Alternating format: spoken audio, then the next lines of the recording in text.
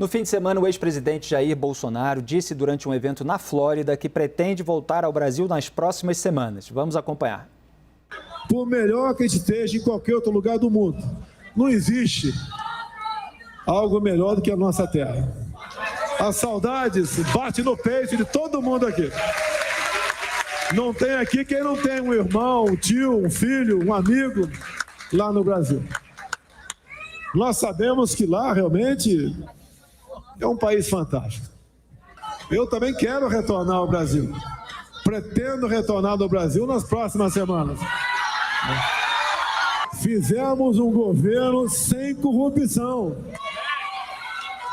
Trabalhamos com coração, com honestidade. Não justifica qualquer retaliação, a não ser perseguição. E nós temos que enfrentar os problemas. Nós temos que, por vezes, nos arriscarmos. Vale a pena. Pode ter certeza, a maioria do povo brasileiro está conosco.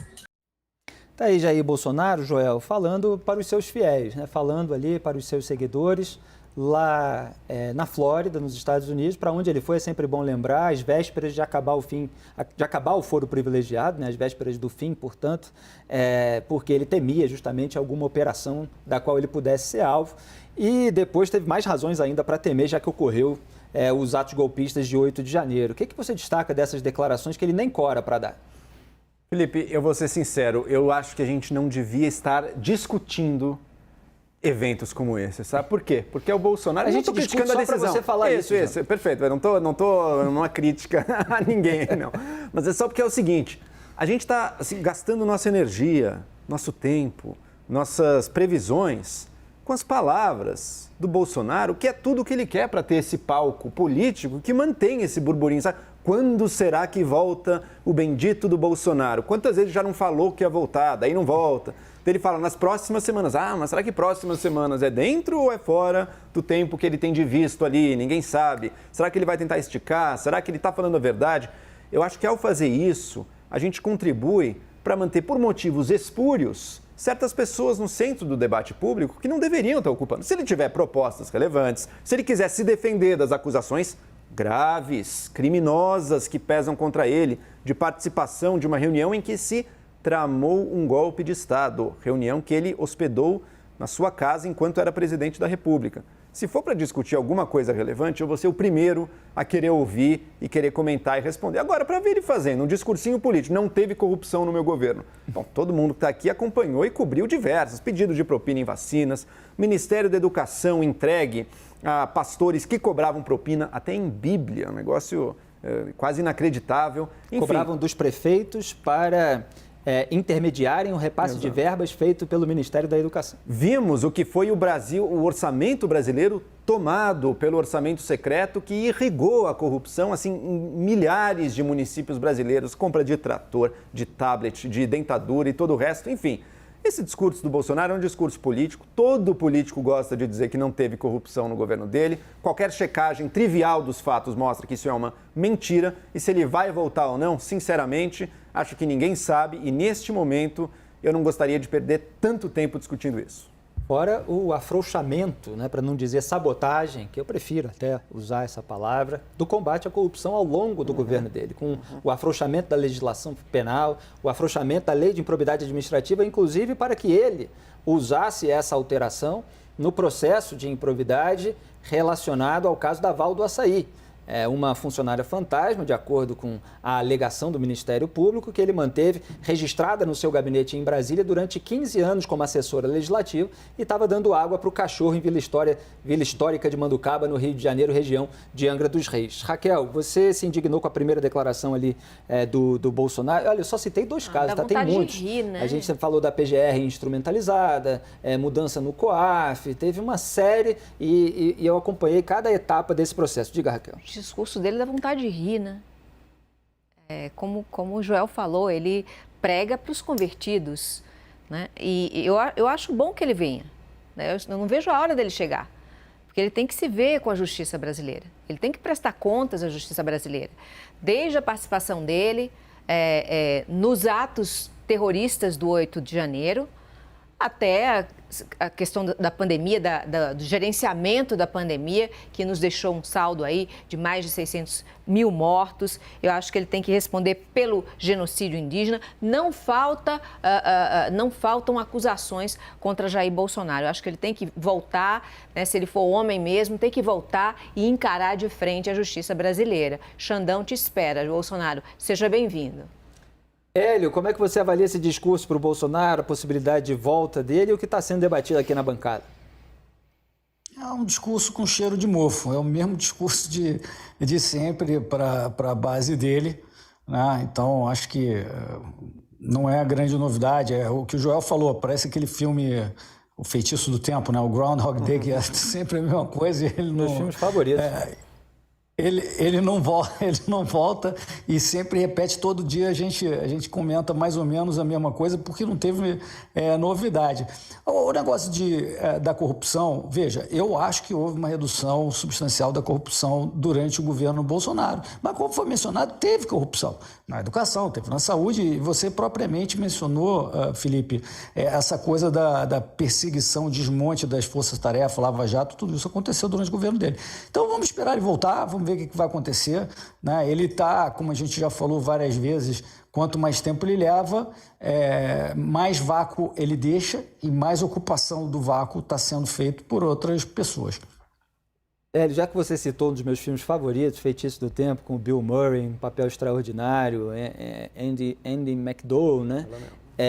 Eu queria só fazer uma distinção, porque o protagonista, quando ele fica preso no mesmo dia, naquele filme, ele evolui como ser humano, né? Ele começa o filme como alguém tremendamente ríspido com os seus colegas, que distrata os outros, aborrecido de estar lá numa cidadezinha fazendo uma cobertura, ele é repórter, e depois ele vai evoluindo como ser humano, conhecendo as pessoas. Tem até uma cena que eu considero extraordinária, clássica, ele numa lanchonete, ele tentando provar para pessoa da sua equipe que ele está preso no mesmo dia há muito tempo, e é óbvio que ela considera ele maluco. Ele vai e fala sobre a vida de cada uma das pessoas dentro da lanchonete que ele conheceu.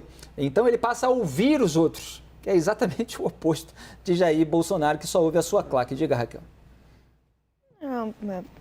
Assim, Felipe, eu acho realmente também uma perda de tempo a gente ficar discutindo se o Bolsonaro volta ou não volta. É esse palanque que ele quer. Em algum momento, ele vai ter que tomar uma decisão política. Eu acho que não necessariamente voltar, mas que papel ele quer ter dentro do centro dessa arena política. Quando ele diz essa frase, que é uma frase de efeito, os políticos gostam disso, né?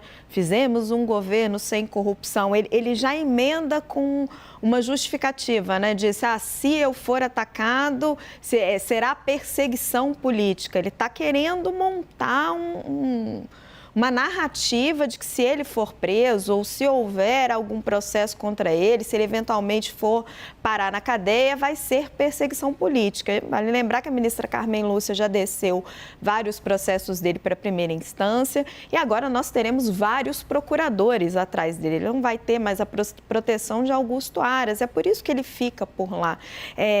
Eu disputo muito esse discurso que o governo Jair Bolsonaro foi um governo que não sem corrupção, como ele diz, porque isso obviamente é a narrativa política, o Joel citou aqui os mais variados exemplos, mas que teve menos corrupção no governo Jair Bolsonaro do que nos governos anteriores. Eu acho que a corrupção é um câncer no Brasil que ela nunca saiu de cena.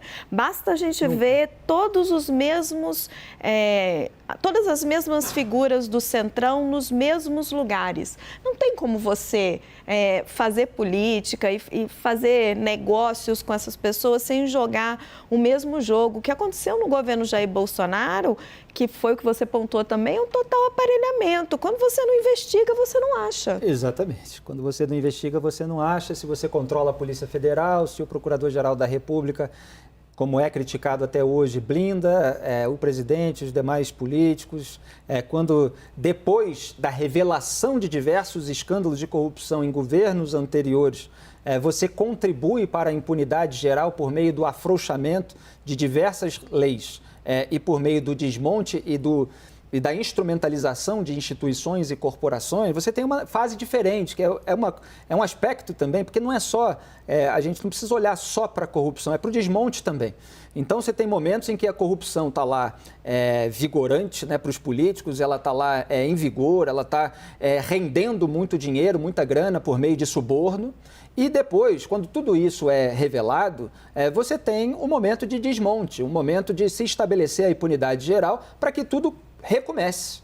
E esse período coincidiu com o governo Bolsonaro e ele teve uma atuação para esse sucateamento, essa instrumentalização em diversos campos. E só para a gente pontuar, o que a gente assiste agora é uma nova etapa, né, desse desmonte, porque o Bolsonaro foi lá e desmontou as instituições, capturou a PGR, todas as minhas fontes, delegados da Polícia Federal, são unânimes em falar na pressão que eles sofriam, tanto que você não via grandes operações. O que a gente assiste agora nesse comecinho do governo Lula é o início de um desmonte institucional. Se fala cada vez mais e vai se tornar concreto, por exemplo, a mudança na lei das estatais. Exatamente. Então, agora você vai desmontando o que tinha sido feito institucionalmente para reduzir a corrupção. Aquilo que era medida preventiva, porque tem a medida preventiva e a medida punitiva. A punitiva a gente sabe que não funciona no Brasil. Ninguém vai preso por corrupção se tem muito poder, ninguém vai preso por lavagem de dinheiro se tem muito poder. Agora, se afrouxa a medida preventiva, quer dizer, é para evitar que aconteça. Então a gente acaba arrumando para tudo que a gente já viu, mas talvez a gente não fique sabendo. Diga, João. Foi uma das tragédias do bolsonarismo para o Brasil e para a direita brasileira, na verdade. Por uma questão de que, olha, os grandes escândalos de corrupção que afloraram na Lava Jato, o PT estava no poder, o PT acabou virando o grande inimigo ali da operação. Isso fez com que a esquerda brasileira, que orbita muito o PT, acabasse empurrando a pauta do combate à corrupção como algo de direita. Antes da Lava Jato, você tinha vozes importantes da esquerda que defendiam o combate à corrupção. Depois dela, ficou quase que uníssono. Não, a esquerda brasileira se tornou praticamente contrária ao combate à corrupção. Lembrando que o PT chegou ao poder com um movimento pela ética contra a corrupção, um discurso altamente moralista, a partir da década de 80. Isso, um discurso altamente moralista lá atrás. E depois até o PSOL ainda manteve por mais tempo, mas acabou que não. A esquerda, então, é contra o combate à corrupção. Essa bola ficou no colo da direita, a direita se apropriou dela. O Bolsonaro se apropriou dela e tomando uma decisão que eu, até lá atrás, ainda iludido com alguma possibilidade, vi como boa, de que o Moro fosse para o governo. Assim, quem sabe ele consegue fazer alguma coisa aqui nesse governo. Quem sabe ele institucionaliza algumas das práticas da Lava Jato, algum do know-how da Lava Jato. Não sei bem, não sou técnico no assunto, mas quem sabe ele não torna isso uma conquista perene para o Brasil. O que a gente viu ao longo do governo Bolsonaro foi o exato oposto dessa promessa, dessa ilusão criada lá no início, né? Paulatinamente foi enterrada cada um dos elementos que tornaram uma operação como a Lava Jato, que sim, merece ser criticada, mas que teve enormes méritos, paulatinamente foi tornada impossível, a começar pela PGR. E só lembrando que os indícios de rachadinha na família Bolsonaro vieram à tona depois da eleição de 2018, porque a escala temporal muitas vezes se perde nesse debate. Então, a movimentação bancária atípica do Fabrício Queiroz, ex-assessor do Flávio Bolsonaro, na lista do COAF, que foi encabeçada, inclusive, pelo André Siciliano, que já está no governo Lula, do PT do Rio de Janeiro, ela veio à tona, essa lista do COAF, ali na virada de novembro para dezembro de 2018, quando Jair Bolsonaro já estava eleito. A partir daí, no poder, ele fez o que podia. Mas só uma pontuação, o caso Valdo Açaí é de antes. Sim, da corrida eleitoral. Exato, assim, não dava para ter muitas ilusões em relação a Jair Bolsonaro sobre o combate à corrupção, na minha avaliação. Exatamente. Quer complementar, Raquel?